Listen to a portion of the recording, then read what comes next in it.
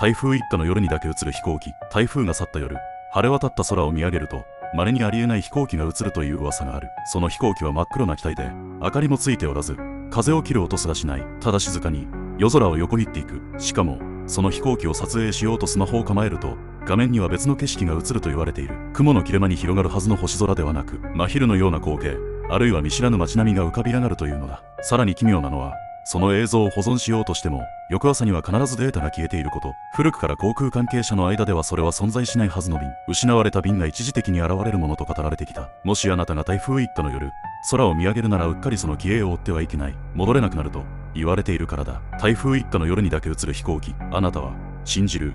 信じない？